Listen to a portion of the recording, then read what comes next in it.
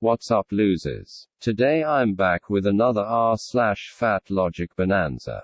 Checking out a couple of intriguing fat acceptance posts and sharing my responses to them.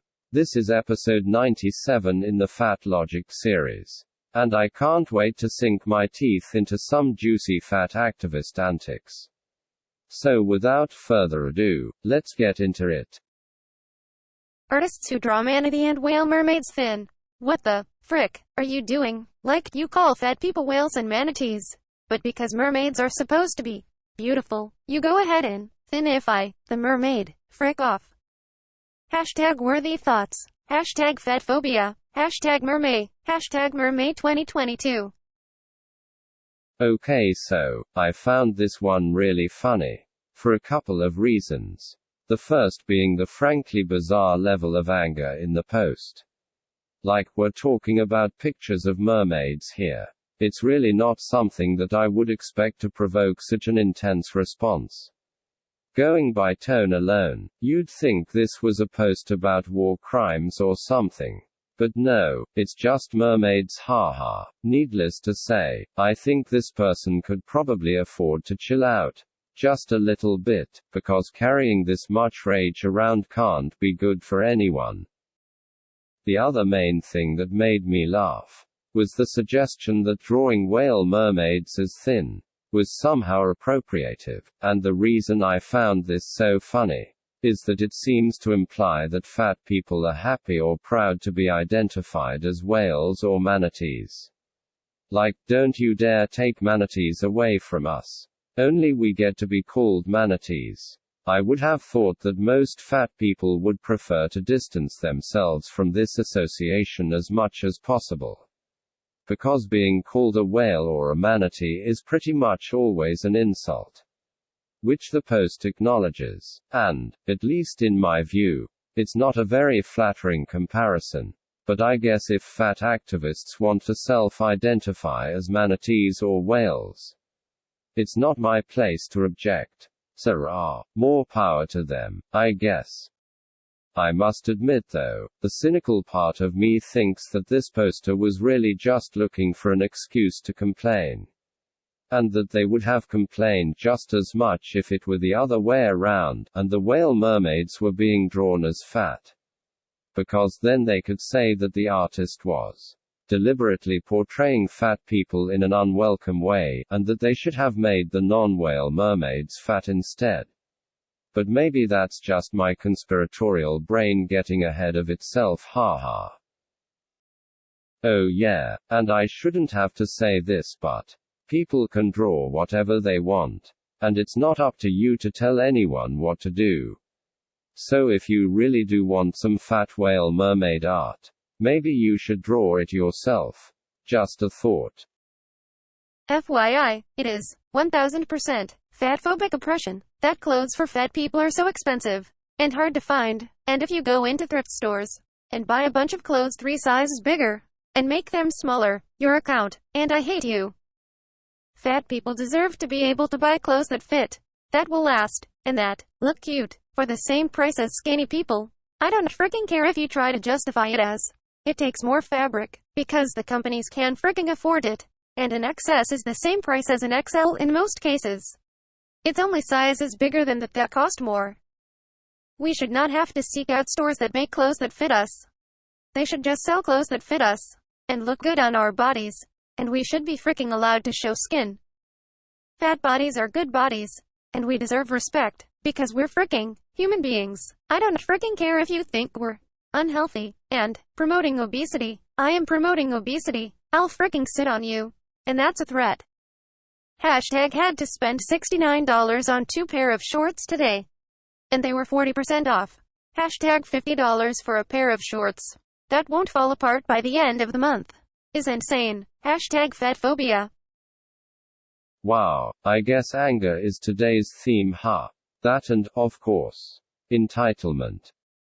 No, but seriously, the level of entitlement in this post is just astounding. Not only does the poster call thinner people counts for buying large clothes that they feel entitled to, they also apparently think that thin customers and clothing suppliers, should foot the bill for extreme plus-size clothing, so that obese people don't have to pay more for their clothes than the thin peers. Despite these clothes costing more to produce. Because that seems fair, right? What a joke SMH. Saying, the companies can afford it, as a justification for demanding a single price across all sizes, is a wildly immature, and overly simplistic way of looking at the issue at hand. Like, whether companies can afford to take that particular hit or not, is really neither here nor there. What matters is that companies exist to make a profit. And if they are unable to do so, they cannot be expected to provide the goods or services.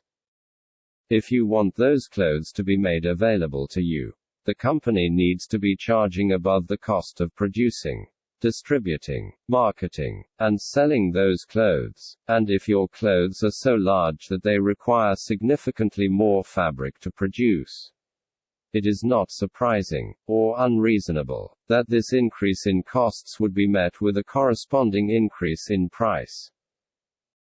What you're really asking for by demanding a uniform price, then, is one of two things. Either you're asking the company to effectively make a charitable donation on your behalf, or you're asking thin people, who fit into the ordinarily sized clothes just fine, and do not require all of this extra fabric, to subsidize your purchases. Either way, this is supremely entitled, and frankly, childish. Like, nobody made you put on all that weight, and nobody forced you to buy from any given company. All people are doing, is asking you to pay your fair share, yet still you cry oppression, and throw your toys out of the cot. Unbelievable.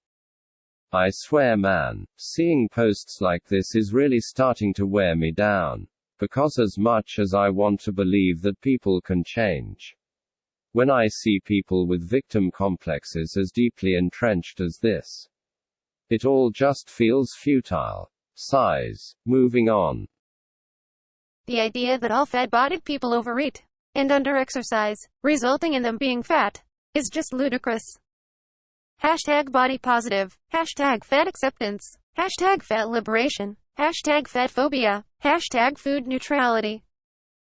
Okay, so, first of all, is the term, fat-bodied people, really entirely necessary? Like, it seems a lot more efficient to just say, you know, fat people. I think everyone understands that the word fat generally refers to a person's body. But this is just a minor quibble, I suppose.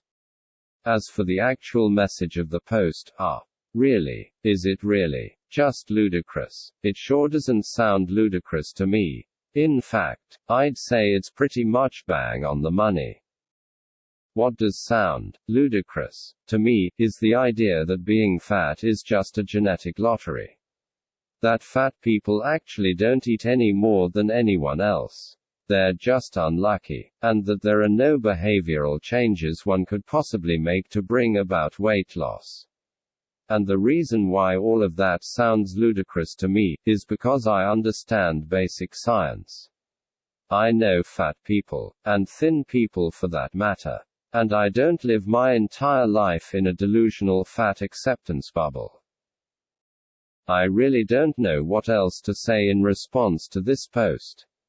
Given that it's basically just stating an opinion, and a foolish opinion at that, with no real argument or justification for me to unpack. So, I guess I'll just say that the poster and I have different understandings of the word ludicrous, and call it a day there.